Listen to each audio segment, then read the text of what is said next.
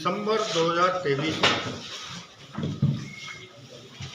प्रदेश की जनता ने भारतीय जनता पार्टी को अपना मत रूपी समर्थन दिया और भारतीय जनता पार्टी की सरकार बनने का मार्ग प्रशस्त किया। 15 दिसंबर को भारतीय जनता पार्टी विधायक दल के नेता चुने गए। माननीय भजनलाल जी शर्मा ने मुख्यमंत्री पद की शपथ ली और उसके बाद कुछ दिन बाद मंत्रिमंडल का गठन हुआ और अंतरिम बजट के बाद जुलाई में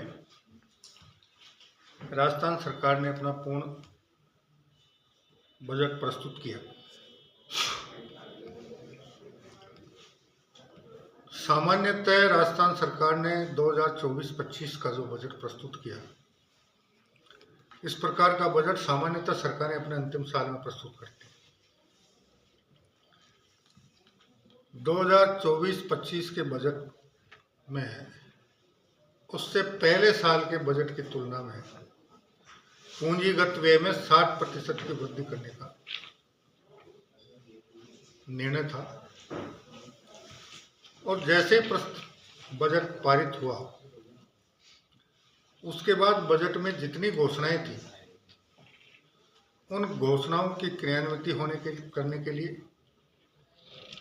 और धरातल पर उतारने के लिए हम प्रभारी मंत्रियों को और हमारे जिलों के प्रभारी सचिवों को जिले में भेजकर जिलेवार जिले के लिए जितनी घोषणाएं थी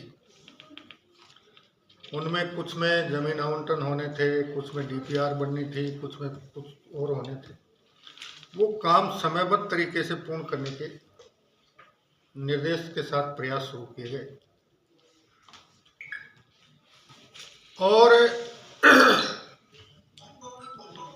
2024-25 जब 31 मार्च को खत्म होगा, बजट में जितनी घोषणाएं थी वो लगभग घोषणाएं हकीकत में धरातल पर उतरना शुरू हो गए। इसके अलावा राजस्थान सरकार ने पहली बार अपने शासन के पहले साल में राइजिंग राजस्थान का आयोजन किया।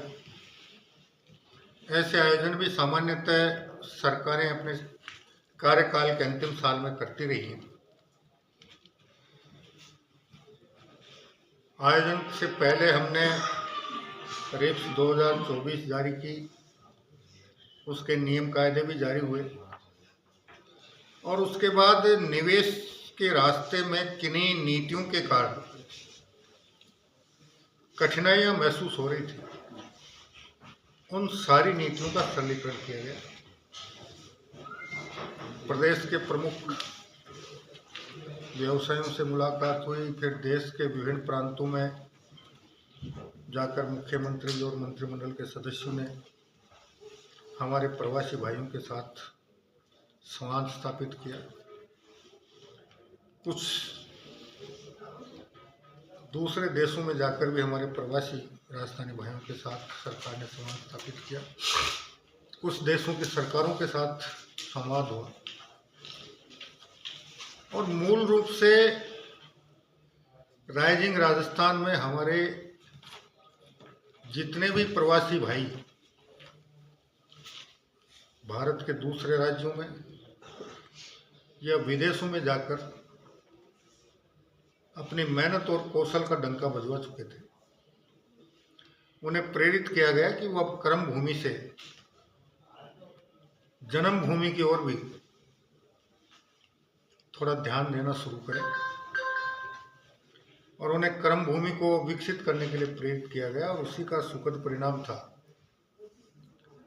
कि हमें इस राइजिंग राजस्थान समिट में लगभग 35 लाख करोड़ रुपए के निवेश के प्रस्ताव प्राप्त हुए। अब हमारे पास उन निवेश प्रस्तावों को मूर्त रूप देने के लिए, धरातल को उतारने के लिए 4 साल का समय है। सरकार ने वरिष्ठ अधिकारियों को हमारे भारत के अन्य प्रांतों के प्रवासियों के साथ सतत संपर्क के लिए नियुक्त कर रखा है। विदेश में बसे प्रवासी राजस्थानियों से भी सतत संपर्क के लिए कुछ वरिष्ठ अधिकारियों को नियुक्त किया है। और जिन देशों ने राजस्थान में निवेश में रुचि दिखाई है, उनके साथ भी राजस्थान सतत संपर्क में है। और हम उम्मीद ये करते हैं कि 2025 में इन निवेश प्रस्तावों को धरातल पर उतारने का कार्य शुरू करेंगे और 2026-27 तक लगभग सभी निवेश प्रस्तावों को हम हकीकत में बदलने में सफलता प्राप्त करेंगे। और जब ये निवेश प्रस्ताव सर एक और है, जो चांगेड़ से लेकर उदयपुर बाईपास तक ये सिंगल रोड है सर, जैसे सेंधा रोड डबल रोड है, ये अजमेर रोड भी है, ये नहीं सर वो भी रोड क्या, इसमें एक्सीडेंट ज़्यादा होते हैं सर। आप लोग सहयोग करिए। हाँ सर, थैंक यू सर। आम जनता को समझाने के लिए